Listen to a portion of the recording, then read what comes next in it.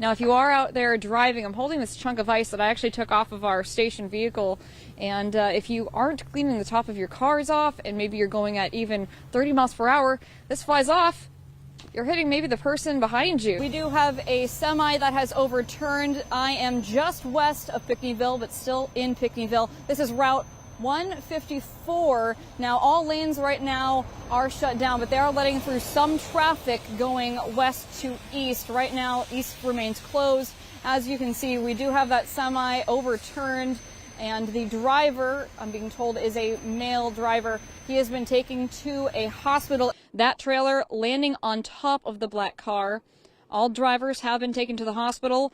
The driver hit head-on is in critical condition with a head wound. That, state police tell me, is a male. An investigation is ongoing and charges will be noted later on. At this time, it's not said to be weather-related, and we'll bring you more on these developments as we learn more. Back to you. We're not even talking about an inch in some areas, but we're talking about really light, fluffy snow on top of that layer of ice. And so we're seeing that impact on the roadways, and that impact slick roads. So take your time, be careful. It's rain, sleet, and snow all in under 24 hours. The temperatures are dropping. I'm unhomed and without the proper clothes to meet these conditions. And that's where the Carbondale Warming Center comes into play. When you walk in, you're greeted with warmth and a safe place. It puts a smile on your face. You know, it makes a bad day better and makes a good day even better. COVID-19 protocols are top priority here at the Carbondale Warming Center. So should you not have a mask, they have one provided. And should you not have your ID, you are asked to go to the Carbondale Police Department to get your identity checked and verified. Other than that, you are all set to go as a guest, and you'll be given some of these necessities for staying warm. Reporting from Carbondale, I'm Emily Pike, News 3. Meteorologists with the Storm Prediction Center in Norman, Oklahoma, issue these maps all year round.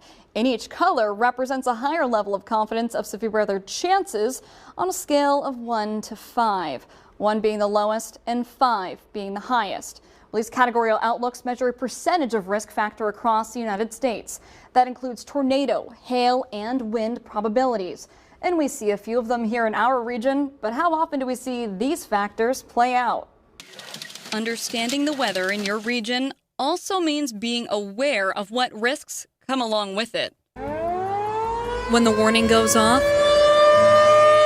this is the time to seek shelter. The basic safety rule is to get to the lowest part of a building and put as many walls between you and the outside as possible. It's just trying to protect yourself from that flying and falling debris, which does the majority of the injuries and fatalities. Even in the strongest tornadoes, that's sometimes not enough.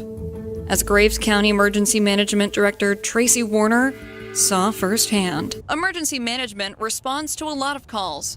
Whenever a mass incident happens, like a crash, they are there. And they are already near its limit for fuel before the year is even over. Staff normally have a limit on fuel, and on Tuesday, Director Ryan Buckingham says it's time to restrict travel for the department. All morning and throughout the evening.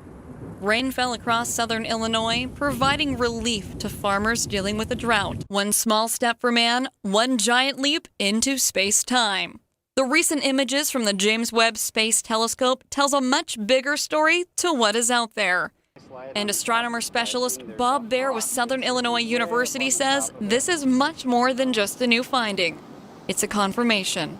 Looking at those distant galaxies, the light that's coming back towards us is actually going through gravitational lensing, so it has this curved effect, and people can actually see that.